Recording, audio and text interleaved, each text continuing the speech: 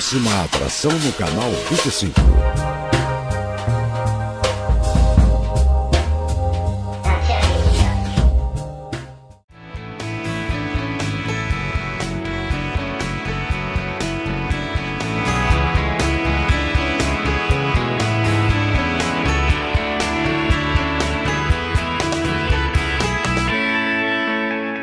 Sejam bem-vindos a mais um programa Tempo de Reflexão. Eu gostaria de lembrar o nosso telespectador sobre o Caminhando com o TR, toda terça-feira às 20 horas no Hotel Serra Jundiaí. A gente tem convidado você, telespectador, de uma forma insistente para que você pudesse tomar a decisão de estar conosco no Hotel Serra Jundiaí. Nós temos o nosso encontro às terças-feiras à noite, às 20 horas, onde a gente compartilha experiências, onde a gente ouve testemunhos de transformação, que você possa tomar decisão e conhecer o nosso trabalho. Toda terça-feira às 20 horas no Hotel Serra Jundiaí. Queria lembrar também que nós estamos com um novo site. Se você ainda não conhece essa nossa ferramenta, eu convido você a acessar tempodereflexão.com. Lá tem a repercussão dos nossos eventos, tem a nossa agenda dos eventos futuros, tem o registro de fotos das pessoas que estiveram com a gente, e esse programa na TV também está disponibilizado no nosso site. Então é uma ferramenta que a gente desenvolveu de uma forma atualizada. A gente tem fóruns, uma forma de criar debates também nessa ferramenta para criar uma interatividade com você que tem nos acompanhado na televisão. E hoje eu tenho a alegria de receber a Priscila Spricknick, a Priscila que a gente teve a alegria de conhecer recentemente no último encontro maior do Tempo de Reflexão no sábado. E a gente vai identificando as pessoas que têm um coração voltado para o reino de Deus. Eu lacei a Priscila lá no bom sentido, fiz o convite e ela gentilmente atendeu o meu apelo e está aqui hoje me ajudando a fazer mais um programa Tempo de Reflexão. Priscila, obrigado por ter aceito o convite, pela sua predisposição de estar aqui com a gente hoje, falando um pouquinho sobre a sua vida, sobre a tua carreira, sobre a tua família, falando um pouquinho esse coração que você tem voltado para o reino de Deus. Então, muito obrigado por ter aceito o meu convite e estar aqui com a gente hoje. Eu que agradeço, Luciano, o convite. Sou muito feliz de estar aqui com você hoje. Priscila, para o nosso telespectador conhecer um pouquinho a tua família, profissão, conta um pouquinho para nós da sua vida, por favor. Bom, Luciano, a minha família vem há muitas gerações já numa busca desse relacionamento com Deus, com Jesus, né? Desde o meu tataravô, né? Então eu sou quarta geração dessa tradição, mas buscando o reino de Deus mesmo como parte da nossa vivência diária, né? E a minha família sempre teve esse empenho em testemunhar com a sua vida uma coisa diferente, essa vivência diferente, baseado no manual do Criador que a gente fala, né? E nesse relacionamento pessoal com Deus. E foi isso que eu herdei, né? Meu pai conheceu minha mãe quando ela nasceu, tá? Só para falar um pouquinho dos meus pais. Ele tinha 6 anos e quando ela nasceu ele foi e pediu para minha avó: olha, pode dar ela para mim, né? Eu só tenho um irmão, né? E eu queria ter uma irmãzinha e tal. A minha avó falou: não posso. Ela era a segunda filha, né? Não posso, eu só tenho ela. E ele falou: tá bom. Então ele esperou um pouquinho, 16 anos, daí pediu em casamento. E foi apaixonado por minha mãe a vida inteira. Ficaram 50 anos casados, né? E sempre seguindo os preceitos de Deus mesmo e dando esse testemunho. Então nós crescemos, eu, minhas irmãs e meu irmão, numa família bem centrada, bem regrada, deu muita segurança para a gente, parâmetros para a gente viver, fazer as nossas escolhas, e vendo o amor do meu pai pela minha mãe, da minha mãe pelo meu pai, deu muita segurança, sabe? Agora, você acha que Deus tem tido hoje, Priscila, espaço na vida das famílias, como por exemplo, seus pais conceder, porque assim, a gente sempre fala que Deus não invade a vontade de ninguém, né? Se você der liberdade para Deus, Ele atua na tua vida. Se você não der, Ele não atua, porque Deus é um Deus de amor, é verdade, mas sobretudo é um Deus de justiça. Ele não invade aquilo que Ele concedeu ao homem, que foi o livre-arbítrio. Você acha que hoje Deus tem tido o espaço nas casas, como por exemplo você teve na tua família, Priscila?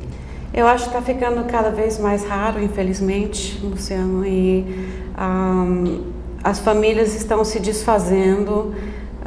Existe até uma agenda para destruir mesmo as famílias, porque a família é a base da sociedade. Então, tem até um livro que eu estudei no mestrado de liderança que eu fiz, que eu depois posso falar um pouco mais, que fala sobre as diferentes culturas.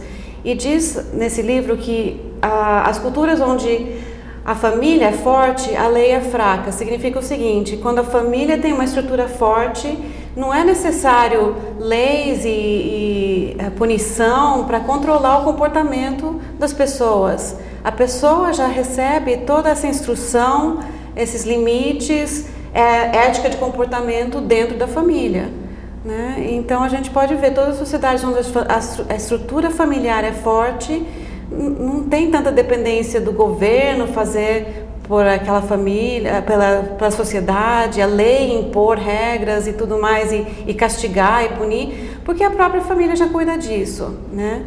Aí eu sei que tem os sistemas de ética um pouco pervertidos, como a máfia, mas infelizmente são um exemplo, né, de como uma estrutura familiar pode ser forte. Agora a gente procura ir pelo lado ético, assim, aquele que Deus passa pra gente, né, de amor ao próximo, de respeito à vida. E infelizmente essa base está faltando na nossa sociedade, né? E parece que a gente está remando contra a maré no momento, em questão de valores e tudo mais. Eu percebo que as pessoas têm cada vez menos paciência, né, Priscila? As pessoas querem tudo pronto, tudo fast food, né? As pessoas não querem conversar mais dentro de casa, as pessoas não querem perguntar para o cônjuge como é que eu tenho me comportado. Eu estou casado há 19 anos e eu tenho essa preocupação eu fiz muita coisa errada na minha vida quando eu não conhecia Jesus, né? Eu me deixei muito se levar por modismos do mundo e paguei um preço caro.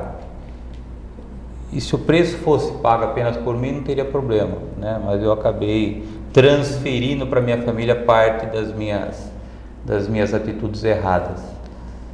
E eu sempre falo assim, Priscila, aquilo que está na marca na vida da minha esposa, da minha filha, da minha família, eu jamais vou poder tirar, porque já está lá.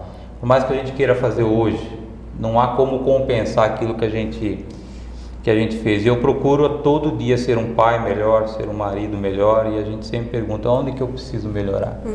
E a gente olha para as famílias hoje e isso não tem espaço, né? Que ninguém tem mais paciência, ninguém tem mais tempo. As pessoas casam para ser feliz. Eu sempre falo que se você casou para ser feliz, você não precisa casar, né? Fica sozinho, você tem que casar para fazer o teu cônjuge feliz. Como é que você vê hoje essa questão de casamento, de família, essa falta de tempo para conversar, com esse mundo cada vez mais exigindo da gente produtividade, conquistar, ter, e a essência do ser humano acaba se perdendo no meio do caminho, e o reflexo está nos filhos aí, com tantos problemas que a gente vê hoje. Como é que você vê hoje, infelizmente, esse cenário de tristeza dentro das casas, Priscila? Luciano, acho que isso que você falou, né, de falta de tempo, as pessoas não têm dado prioridade para isso. É uma coisa que você tem que fazer um esforço consciente. O trabalho vai exigir muito, ir atrás das necessidades básicas, fisiológicas, de ter comida, de ter casa. Então, a gente vive numa sociedade muito fast food, como você falou, que é a gratificação imediata. As nossas crianças, a gente vê que estão bem nesse mundinho mesmo de gratificação imediata, não tem paciência, não tem tolerância para o desconforto, né?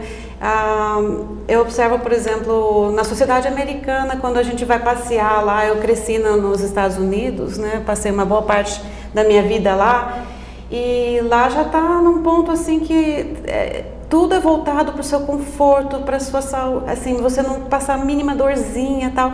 Isso enfraquece as pessoas, né? Quando você tem que lidar com situações de conflito ou crises, isso te fortalece, né? Então, eu diria que nesse ponto a sociedade brasileira até ficou bem forte, porque a gente passou por muitas crises. E então agora acho que tem que fazer uma escolha entre a família está em crise e a gente pode fazer uma escolha se isso vai nos tornar mais fortes ou isso vai nos derrubar de vez, né? Acabar com a nossa sociedade. Mas para isso tem que fazer uma escolha consciente. Isso é um valor para você, isso é importante para você, você realmente quer buscar isso, então dê tempo para isso, nem que você tenha que pôr na sua agenda. Agora eu vou marcar, essa noite vai ser a noite que eu vou sair com a minha esposa, vou sair com o meu marido, vamos conversar, né? Vamos passar tempo junto como família. Uma coisa que meus pais me passaram, que minha mãe sempre fez, né? Por que eles conseguiram ficar tão bem por 50 anos? Ele chegava do trabalho, os dois se fechavam no quarto e ficavam pelo menos meia hora. Os filhos podiam estar querendo falar o que quisessem, né? Eles iam para o quarto, ficavam meia hora só para colocar em dia essa comunicação, essa conversa, essa troca. Aí os dois saíam para lidar com os filhos e falar, ver o que os filhos precisavam e tudo mais, né? E aí você falou uma questão de agenda. A agenda hoje é a grande desculpa que a maioria das pessoas usam para não resolver problemas, né? Para não sentar, não conversar, para não buscar a presença de Deus em suas vidas, porque elas dizem que elas não têm tempo. Né? Mas a verdade é que quem registra os compromissos na agenda é a própria pessoa, né? Ninguém obrigou a Priscila está aqui nessa manhã. Eu fiz um convite e ela gentilmente aceitou, como poderia não ter aceito. Isso. Essa questão de agenda tem muito uma desculpa envolvida, né, Priscila? Que não se tem tempo disso, não se tem tempo para aquilo, né? Tudo que você coloca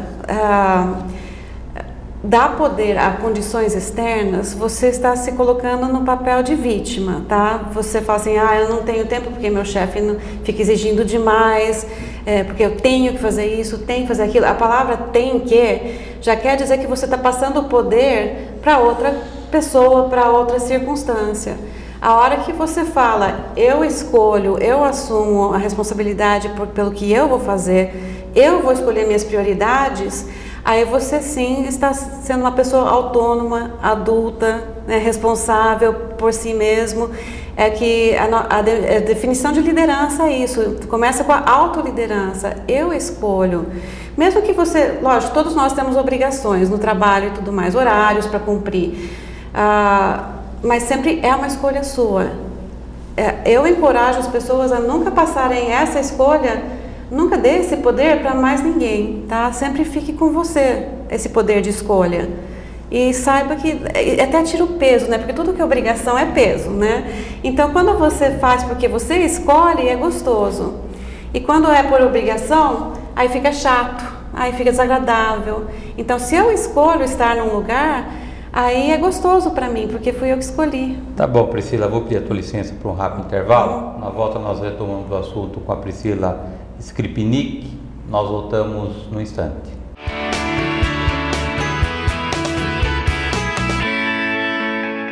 Quando a modernidade encontra o conforto, conheça a Vivarte. Condomínio fechado com apartamentos de 54 metros quadrados com varanda e todo o conforto que você merece. São 2 salões de festas, vagas para visitantes e portaria 24 horas. Vivarte, comodidade, lazer e conforto ao seu alcance. Plantão neste fim de semana na Avenida Francisco Nobre, Medeiros. Ligue 4525-1947.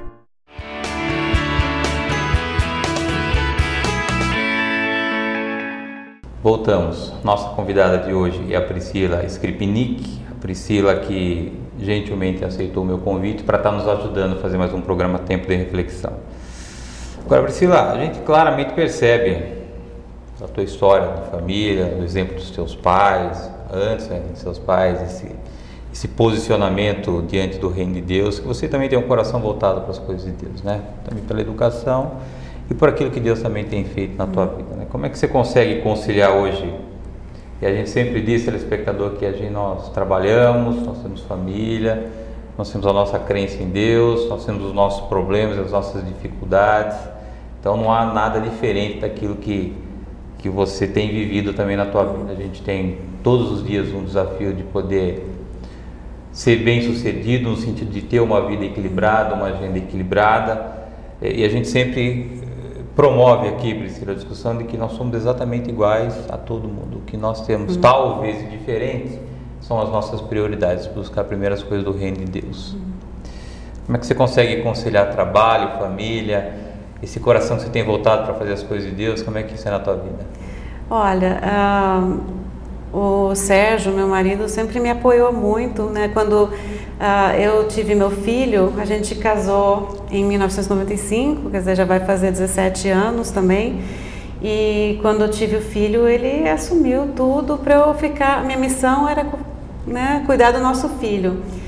E à medida que meu filho foi crescendo, eu vi que ia chegar uma hora que eu precisava, né, definir o que eu ia fazer depois que ele estivesse grande, né? A gente teve só um filho, então eu não queria que ele ficasse totalmente dependente de mim, nem eu dependente dele. É um cuidado que a gente tem que tomar como mãe, né, e como pai, assim, quando põe muito parte da identidade na criança. Isso você tem que separar, né? Você está criando um ser humano autônomo, independente, de preferência líder. Então foi o meu primeiro... a primeira pessoa que eu comecei a treinar foi meu filho, para ser autônomo.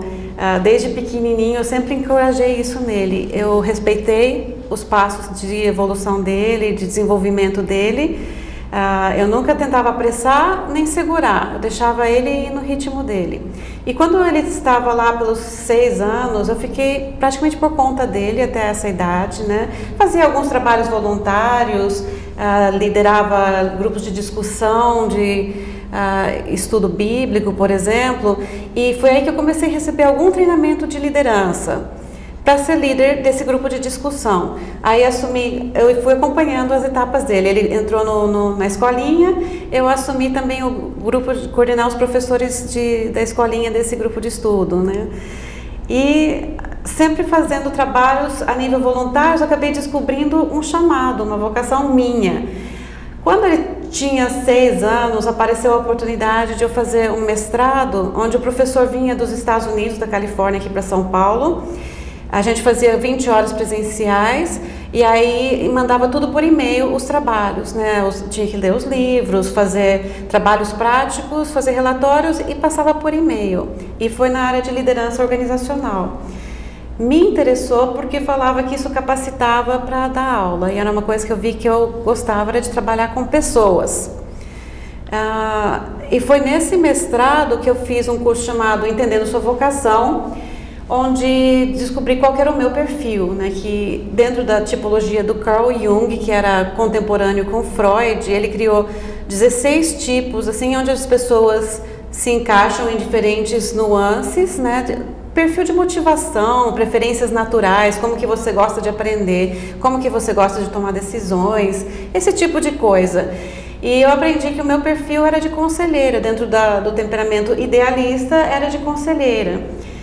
Como a minha mãe era palestrante, conselheira, tudo, eu falei, já sentia uma certa identidade, mas eu pensei assim, olha, eu não sou como ela, eu não tenho o dom da palavra que ela tinha, né? Ela era escritora, escrevia livros, né? Traduziu centenas de livros do inglês para o português. E eu ficava olhando assim, falava, puxa, eu tinha tanta vontade de fazer isso, mas eu sentia que para mim tinha que ser uma coisa diferente. E aí, num outro curso desse mestrado, aprendi sobre ser facilitadora. Quer dizer, você vai facilitar a aprendizagem da outra pessoa, você vai criar uma experiência de aprendizagem onde a pessoa vai buscar as suas próprias respostas. Falei, opa, não tem que ter todas as respostas, né? Então foi aí que eu aprendi a fazer perguntas, a questionar, e eu ainda não sabia direito como que eu ia utilizar isso. Meu filho foi ficando mais velho, aí eu podia sair um pouquinho mais. Eu fui assim treinando ele aos pouquinhos, né? À medida que ele conseguia ficar mais tempo por conta, né? Eu podia fazer mais coisas, ia ficando livre. E sempre tive ajudante em casa também, o que ajudou muito, Luciano. Eu sou muito agradecida às minhas ajudantes em casa. Vamos dizer assim que não é o meu forte, o trabalho de dona de casa, né, de cozinha e tudo mais. A gente quebra um galho, mas nem sempre... Depois eu vou conversar com o Sérgio a respeito. Depois você pergunta para o Sérgio. Mas à medida que ele foi ficando mais velho, eu também fui experimentando alguns trabalhos, não ficava fora o dia inteiro nessa época ainda, quando ele estava ainda no fundamental, né? Pegava alguns treinamentos para fazer, muito trabalho em igrejas, em comunidade. Isso foi me preparando para desenvolver meu conteúdo, meu material. Eu gostei demais de ser facilitadora e não ter que trazer todas as respostas, mas sim trazer todas as perguntas certas. Comecei a preparar outros professores para serem facilitadores também, né? E em 2009 conheci o coaching, né? Fui pesquisar o que eu podia focar, porque que eu sentia? Quando dava um treinamento para muitas pessoas, um ou dois estavam prontos para dar o próximo passo, de assumir essa autoliderança. E toda vez que a gente começava a falar de liderança, começava com o módulo autoliderança. Aí, em 2008, eu tinha criado um blog só para entender o que era isso, que eu nunca tinha mexido nessas coisas. E eu chamei Liderança Começa no Espelho. Reflexões sobre a liderança, como você pode impactar primeiro a sua vida, sua família, sua comunidade, né? Você ser um agente de transformação. E sair daquela coisa que eu falei antes de ser vítima, né? Você primeiro dominar a si mesmo e depois influenciar a comunidade, nem que seja uma pessoa que está perto de você, né? Então, liderança independe de posição, é uma atitude mesmo. E em 2009 eu vi esse curso de coaching e felizmente era muito casado com a linha de liderança que eu tinha estudado no mestrado, que é a liderança servidora, a atitude de servir, desenvolver a equipe, melhorar a comunidade. Basicamente isso que define liderança servidora, né? Aí me deu mais ferramentas para trabalhar com pessoas 1 a 1. Aí eu me identifiquei, falei, opa, esse é mais gostoso ainda. Eu gosto de falar, dar o curso, dar o treinamento, mas a minha paixão mesmo encontrei foi no coaching. Quando eu trabalho com a pessoa 1 a 1, dando esse apoio, dando um empurrãozinho, né, que a gente fala, um equilíbrio entre apoio e desafio, né? Você dá, e o que você vai fazer agora, né? Eu não sei como você é, Luciano, mas se não tiver alguém para que eu sei que eu vou prestar contas, acabo deixando para lá, né? Como personal trainer, né, que ajuda a gente a fazer aquilo que a gente quem não gosta muito de exercício, né, que é o meu caso. E o coach é praticamente um personal trainer para sua vida, né? Entendi. E aí encontrei a minha vocação de conselheira, encaixou bem no coaching mesmo. Agora, você esteve conosco lá no dia 31 de março, conhecendo um pouquinho o nosso trabalho, foi daí que nós tivemos essa aproximação. Sim. Com a Priscila. Qual foi a tua impressão, Priscila, aquilo que você encontrou lá? Uma manhã, a gente sempre procura preparar uma manhã diferente na vida das pessoas, né? As pessoas, e o nosso desejo é que elas sejam surpreendidas positivamente. Qual foi a experiência que você teve lá com a gente? Eu fui surpreendida positivamente, com certeza. Eu não sabia como que ia ser, né? Tinham falado do palestrante, tudo foi fantástico o que você falou, seu testemunho antes. A palestra também, eu queria assim anotar tudo e eu já comecei a passar para frente. Os meus próximos clientes já ouviram tudo que eu ouvi na palestra, tudo que eu recebo de bom já vou passando. E também me fez relembrar da importância de tirar esse tempo de reflexão, que a gente às vezes vai entrando no roda-moinho da correria do dia a dia e não para, né? E isso já me impactou de uma forma que desde que eu fui lá no tempo de reflexão, procurei aceitar em palestras coisas que iam me fazer parar, pensar, aprender uma coisa nova, tirar um tempo mesmo para refletir, porque é fundamental a gente tirar esse tempo no dia a dia, nem que seja no carro. Eu vou e me conecto, né, com Deus, por exemplo. Enquanto eu vou dirigindo, meu cérebro não está tão ocupado assim, né? Eu aproveito e vou refazendo o meu relacionamento com Deus, né? Porque qualquer relacionamento você tem que dedicar, tem que comunicar, né? Então eu faço essa conexão em todos os momentos que eu estou mais ou menos livre, vamos dizer assim. Não posso fazer nada assim, estou ocupada fazendo outra coisa. E também tirar um tempo específico, proposital, para ir em algum lugar e absorver alguma coisa que vai agregar conhecimento, que vai ajudar a gente crescer como pessoa. Foi isso que o tempo de reflexão me ajudou a voltar o foco para isso de novo. A gente vai desviando, vai esquecendo e daí é fundamental esse tempo de reflexão mesmo, viu? É, o que eu vejo, Priscila, é que as pessoas querem separar o natural com o espiritual. Isso é impossível, né? As pessoas querem ter relacionamento com Deus dentro de uma igreja. Saiu da igreja, tem que ter a tua vida natural. Isso é impossível, né? Porque a nossa essência é espiritual. Isso. A gente sempre diz que nós somos um ser espiritual, que estamos tendo uma experiência nesse mundo natural. É tão fácil se relacionar com Deus, né, Priscila? A gente não tem que estar dentro de um templo, dentro de uma igreja, com um padre, com um pastor, com um líder. A gente pode, como nós estamos fazendo exatamente aqui, falando das coisas do reino de Deus. De uma forma prazerosa, de uma forma muito agradável. E é isso que a gente tenta buscar dentro desses eventos que nós realizamos no tempo de reflexão. A gente não tem absolutamente nada contra algumas religiões. A gente sabe que tem, e temos acompanhado no noticiário aí um tremendo mau testemunho de 2 grandes líderes que têm prestado um grande serviço para o reino de Deus. O que a gente quer fazer diferente? A gente quer criar um espaço onde a gente possa falar de Deus de uma forma sadia. Eu acho que é isso que está faltando no coração das pessoas, né? Ter um espaço onde a gente pode deixar um pouquinho de doutrinas criadas por homens e buscar um relacionamento direto com Deus, né, Priscila? Isso, exatamente. Com quem ele é, não só assim, realmente como você falou, a maioria das regras são criadas por seres humanos, né? Por isso que tem que buscar na fonte mesmo o que Deus fala, se conectar realmente com ele diretamente, né? A gente aprende com os outros, aprende através dos relacionamentos, aprende através até de líderes espirituais, mas cada um, de novo voltando, né, naquela de você assumir a sua autonomia, a sua autoliderança, cada um tem que analisar por si mesmo e buscar a verdade por si mesmo, não pode só se basear no que outra pessoa falou, né? Tá bom, Priscila, meu tempo está esgotado, foi um prazer revê-la, poder tê-la aqui no nosso programa Tempo de Reflexão. Nosso programa fica à sua disposição. Sempre que você tiver novidade nesse meio de coach aí que você queira compartilhar com o nosso telespectador, você vai ser muito bem-vindo. Que Deus continue te abençoando a tua família, que você continue trilhando aí a tua vida com esse coração voltado para o reino de Deus. Muito obrigado. Obrigada a você, Luciano.